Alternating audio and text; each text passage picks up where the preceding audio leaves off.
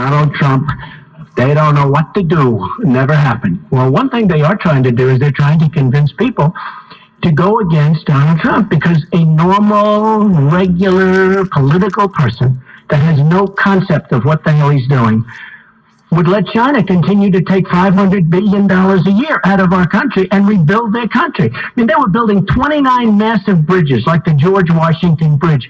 They're building things that we don't build anymore, but we're starting to build them again. And our economy now is hotter than it's ever been. I don't know if you saw the confidence levels this morning that just came out. Fantastic. And in all fairness to the Fed raising rates, they're raising rates because we've never done like we're doing now. And one of the things that is nice about the rates, the people that were hurt the worst by these zero interest rates, you know, well, President Obama had an economy that was the worst comeback since the Great Depression and all that. You've all heard that. But remember, he was playing with zero interest money.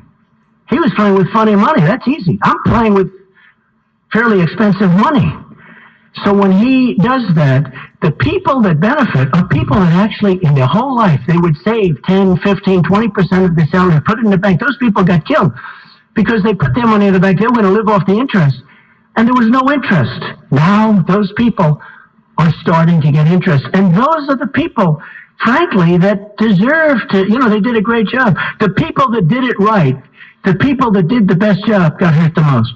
So in one sense, I like it, but basically I'm a low interest rate person, I hate to tell you. Yes, ma'am. Yes, go ahead. Mr. President, yes. You have another meeting tomorrow with Rod Rosenstein. Yes. Are you planning to fire Rod Rosenstein? I'm talking to him. We've had a good talk. He said he never said it. He said he doesn't believe it. He said he has a lot of respect for me. And he was very nice, and we'll see. And he's a member of the Trump administration in that sense. It's the Justice Department. I would certainly prefer not doing that. There was no collusion. There was no obstruction. I mean, unless you call obstruction the fact that I fight back, I do fight back. I really fight back.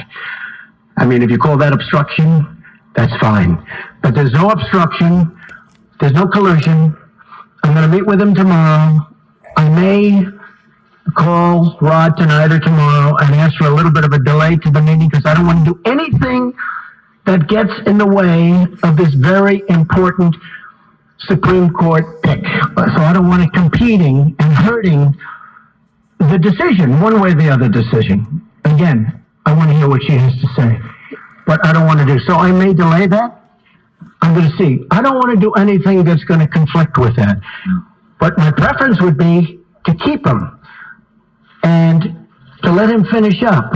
You know, I call it a witch hunt, and it is a witch hunt. If you look at the FBI statements with Strzok and his lover, Lisa Page, if you look at all of the things that have gone on in the FBI, if you look at McCabe taking $700,000 from a Hillary Clinton PAC, essentially run by Terry McAuliffe, who's their best friend in the world, and he gives them hundreds of thousands of dollars. And he's in charge of her campaign, and his wife is getting all of this money to run. She lost.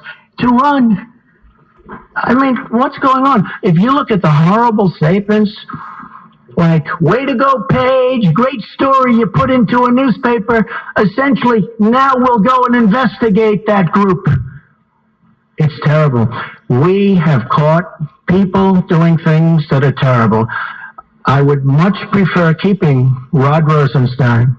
Much prefer. Many people